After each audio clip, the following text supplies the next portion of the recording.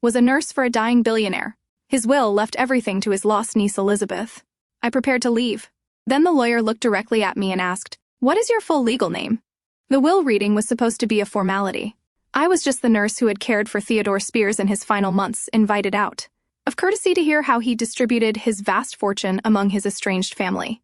When the lawyer announced that everything had been left to his niece, Elizabeth Harris, I started to gather my things to leave. My name was Madison, after all, and I was not his niece. Then the lawyer looked directly at me and asked, "Miss Harris, what is your full legal name?" That's when my world changed forever. Before we dive into this incredible story, I'd love to know, where are you watching from? Drop it in the comments below, and be sure to subscribe for more amazing stories every day. Now let's go back to the day I first met the man who would change my life. Theodore Spears was not an easy patient. At 78, he was wealthy, demanding, and had a reputation for driving away nurses faster than most people change their sheets. When the private nursing agency called me about the assignment, they were upfront about the challenges. He's been through 6 nurses in the past 4 months. My supervisor Janet explained over the phone. The family is desperate. They're offering double the usual rate, but I have to warn you, he's difficult. Difficult how demanding critical fuses to follow medical orders. The last nurse said he threw a water glass at her when she tried to give him his medication. I should have said no. I was already working full-time at the hospital and barely had time for my own life, let alone a challenging private patient. But something about the desperation in Janet's voice and the mention of double pay made me reconsider. "I'll take it," I said. "But I want to meet him first, see if we're a good fit." The Spears mansion was exactly what you'd expect from old money: imposing, elegant, and slightly intimidating. The housekeeper, a stern woman named Mrs. Clark, led me through rooms filled with antique furniture and oil paintings that probably cost more than I made in a year. "She's in his study," she said, her voice carrying a warning. "He's having a bad day." I found Theodore Spears sitting in a leather wheelchair by a massive window overlooking manicured gardens. He was a small man made smaller by illness, but his eyes were sharp. When he saw me, his expression immediately hardened. "Another one," he said dismissively. "How long do you think you'll last?" "The record is 3 weeks. "It depends," I said, pulling up a chair to sit at his eye level. "How long do you think you'll need a nurse?" He studied me with surprise. Most people, I imagined, either cowered before his wealth and reputation or tried to placate him with false tearfulness.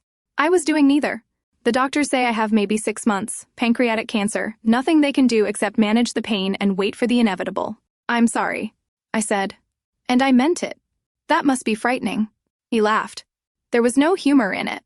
"Young lady, I've lived 78 years, built a business empire, and accumulated more money than I could spend in 10 lifetimes. I'm not afraid of dying. I'm afraid of dying alone, forgotten. Nothing to show for my life except a bank account." There was something in his voice, a loneliness so profound that it made my chest ache. "What about your family?" "What family?" His voice turned bitter. "I have a collection of distant relatives who haven't spoken to me in years, except to ask for money. They're circling like vultures now, waiting for me to die so they can fight over my estate." "That sounds lonely." "It is." He looked at me with those sharp eyes.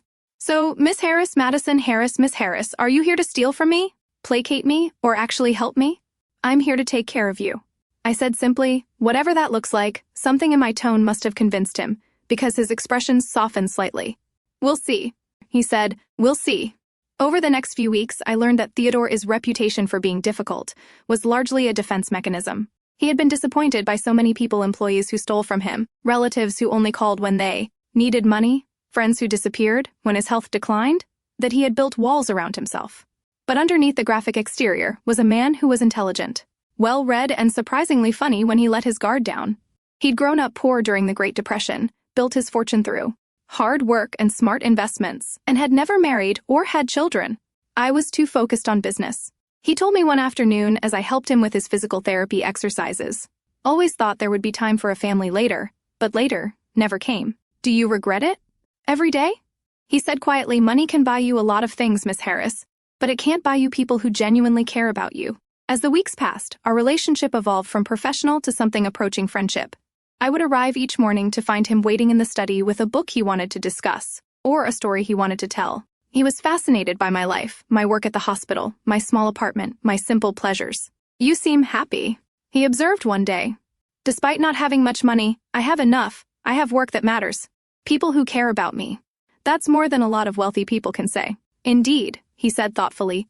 Theodore began asking me about my family, my background, my dreams for the future. I told him about growing up with my single mother, about putting myself through nursing school, about my hope to someday open a free clinic in an underserved community. Your mother raised you alone. Yes. My father left when I was very young. Mom never talked about him much. Just said he wasn't ready to be a parent. Your mother's family, she didn't have much family.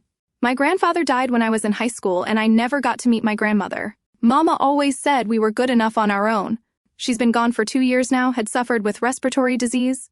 Theodore seemed particularly interested in the details, asking follow-up questions about my mother's maiden name, where she'd grown up.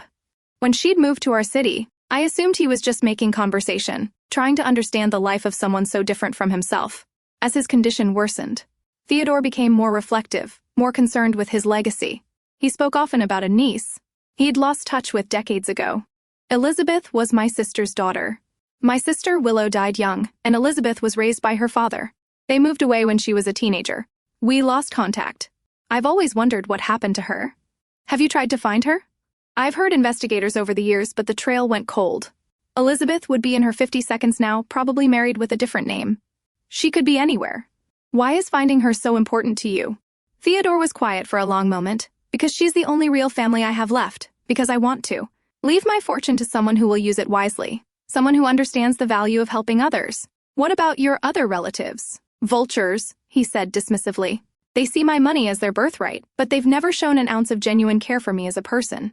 If I leave my fortune to them, they'll squander it on luxury cars and expensive vacations.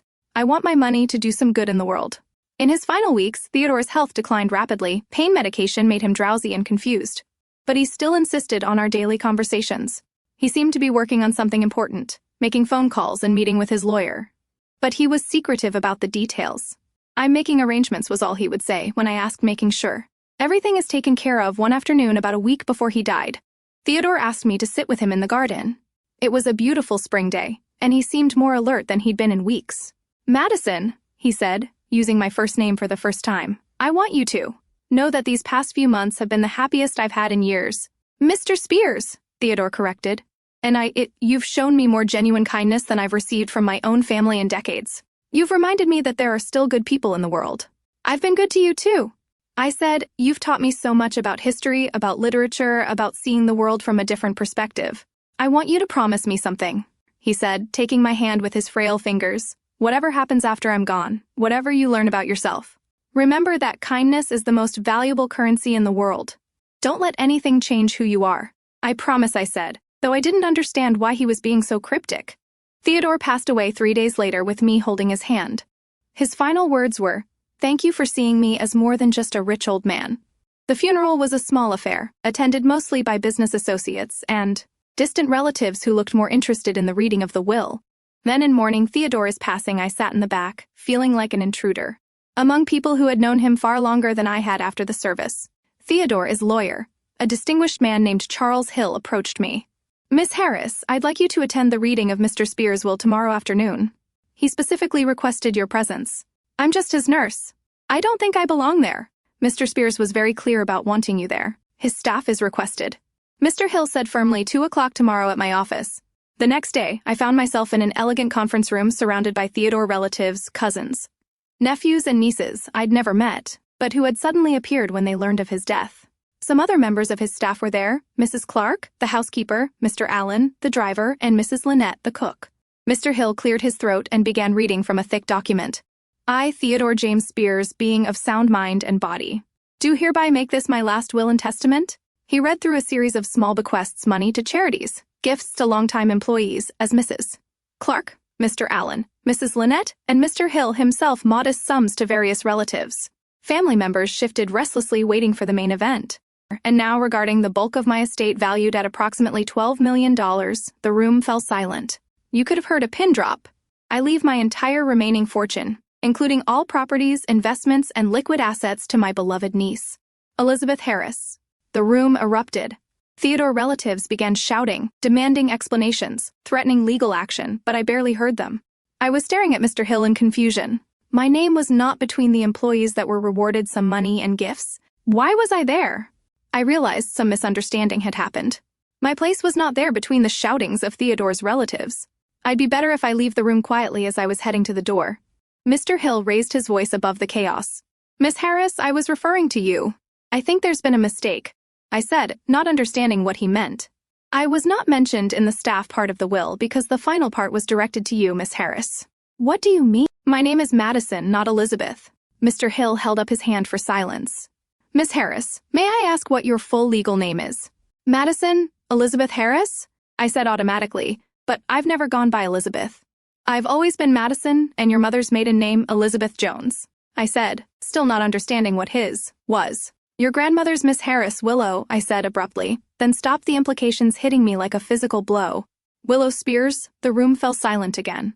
But this time it was a different kind of silence. The silence of a mystery being solved. Mr. Hill smiled. Miss Harris, you are indeed Theodore Spears' niece. Your grandmother, Willow Spears, was his younger sister. That's impossible, I whispered. My mother never mentioned that. She said her family was all gone. Your grandmother and Theodore had a falling out when she was very young. She disapproved of his business practices, thought he was too focused on money and not enough on family. She moved away. Theodore spent years trying to find you all. I felt like the world was spinning around me. But how did he know? How did he know? I was his niece. He's been searching for decades, but when he saw your pictures through the nurse agency, he had the gut feeling. You are a photocopy of your grandmother, Miss Harris. Am I? I've never seen a picture of her. Mr. Hill handed me an old photo of a young woman with light eyes and dark hair. The resemblance was really scary.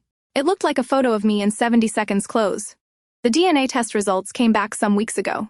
DNA test? I was completely lost now. The water glass you used during your first week of employment. Mr. Hill had it tested. Mr. Hill's expression was kind serious. You are indeed Theodore's biological niece, Miss Harris. But more importantly, you passed his test.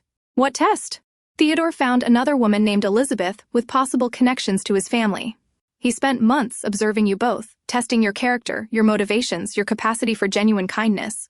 There was another Elizabeth Carver, a woman who claimed to be his niece and had been pressuring him for money for years. She visited him several times during your employment. Though you probably never saw her, she was demanding, clearly interested in his wealth.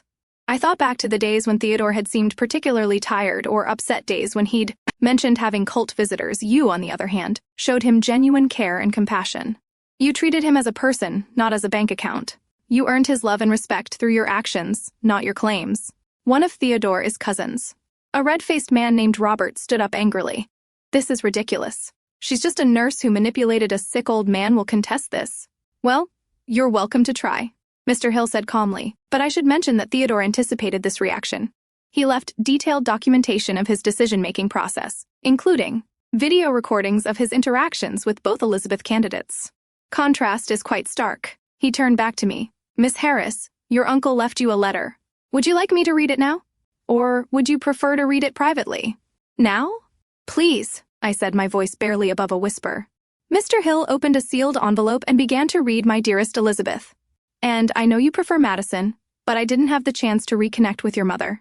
That makes me really sad. I'm feeling anticipated, proud for you. You have proven yourself to be the remarkable woman I always hoped you would become. I know, this inheritance comes as a shock. I know you probably have questions about why your mother never told you about me, why our family lost touch, why I never tried harder to find you sooner. Truth is, your grandmother and I were both stubborn, proud people who let a disagreement about money and values drive us apart. She thought I was cold and greedy. I thought she was naive and impractical. We were both wrong, and we were both right. But watching you these past months, seeing the woman you've become, I know that Willow raised you with the values that matter most. You have her kindness, her strength, her ability to see the good in people. You also have something I never had: the wisdom to know that money is just a tool, not a goal. I'm leaving you my fortune, not only because you're my blood relative, but because you've shown me what family really means. You cared for me when I was difficult and demanding. You listened to my stories when you could have been doing a dozen other things. You treated me with dignity and respect when others saw no more than a difficult old man with money. Use this inheritance wisely, Madison. I know I've seen your heart, your dreams of opening a free clinic, your desire to help people who can't help themselves. This money is my way of making sure those dreams become reality, but more than the money, I hope I've given you something else: the knowledge that you were loved, that you mattered to someone, that your kindness and compassion made an old man's final months meaningful. You are my legacy now, not because of our shared blood, but because of your beautiful heart. Make me proud. All my love. Your Uncle Theodore. P.S. There is one more thing in my study behind the Shakespeare collection. You'll find a photo album. It contains pictures of your mother as a child of our family. Before everything went wrong, I saved them for you, hoping that someday I'd have the chance to share them. Now, you can know the family you never knew you had. By the time Mr. Hill finished reading, I was crying openly. The hostile relatives had fallen silent, perhaps finally understanding. This wasn't about manipulation or greed. It was about love, family, and the power of genuine human connection. I don't know what to say, I whispered. You don't have to say anything, Mr. Hill said kindly, but you do have some decisions to make. This inheritance comes with significant responsibilities. Over the next few hours, Mr. Hill explained the details of Theodore's estate. In addition to the $12 million, I had inherited his mansion, his art collection, and several investment properties. It was overwhelming, almost incomprehensible. What am I supposed to do with all this? I asked whatever you think your uncle would have wanted.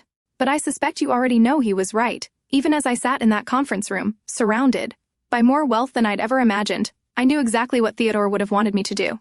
6 months later, I stood in the lobby of the Theodore Spears Community Health Center, watching. His families from the underserved neighborhood streamed through the doors for free medical care.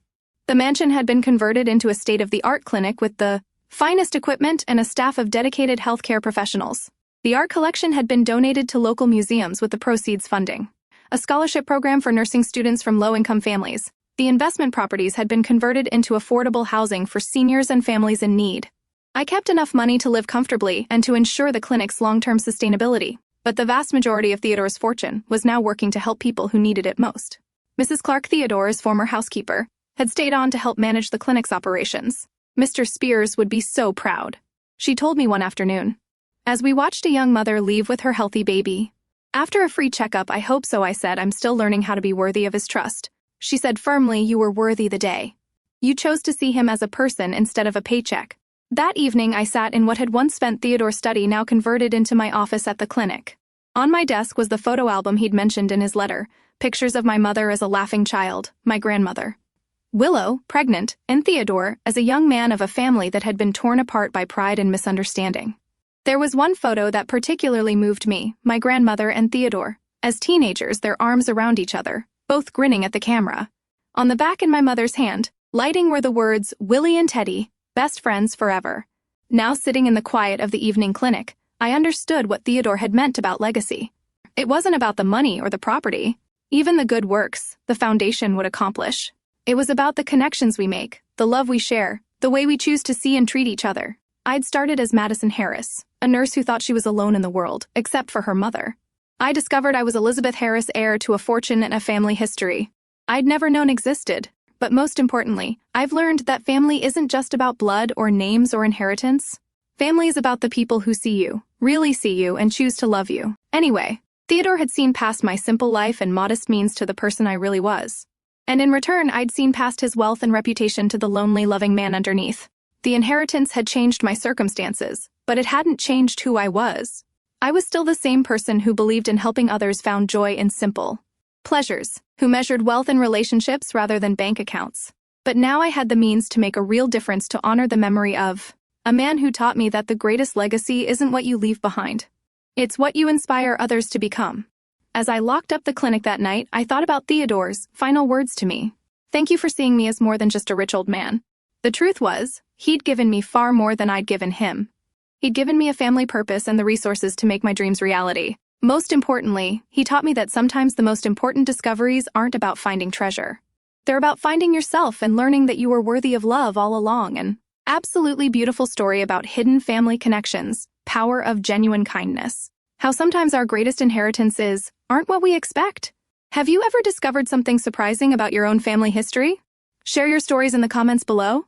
If this story of Madison, Elizabeth, and her unexpected inheritance touched your heart and reminded you that family is about love, not just blood, please hit that like button and subscribe for more incredible stories about the connections that change our lives. Don't forget to click the notification bell so you never miss an upload. Thanks for watching, and we'll see you in the next one.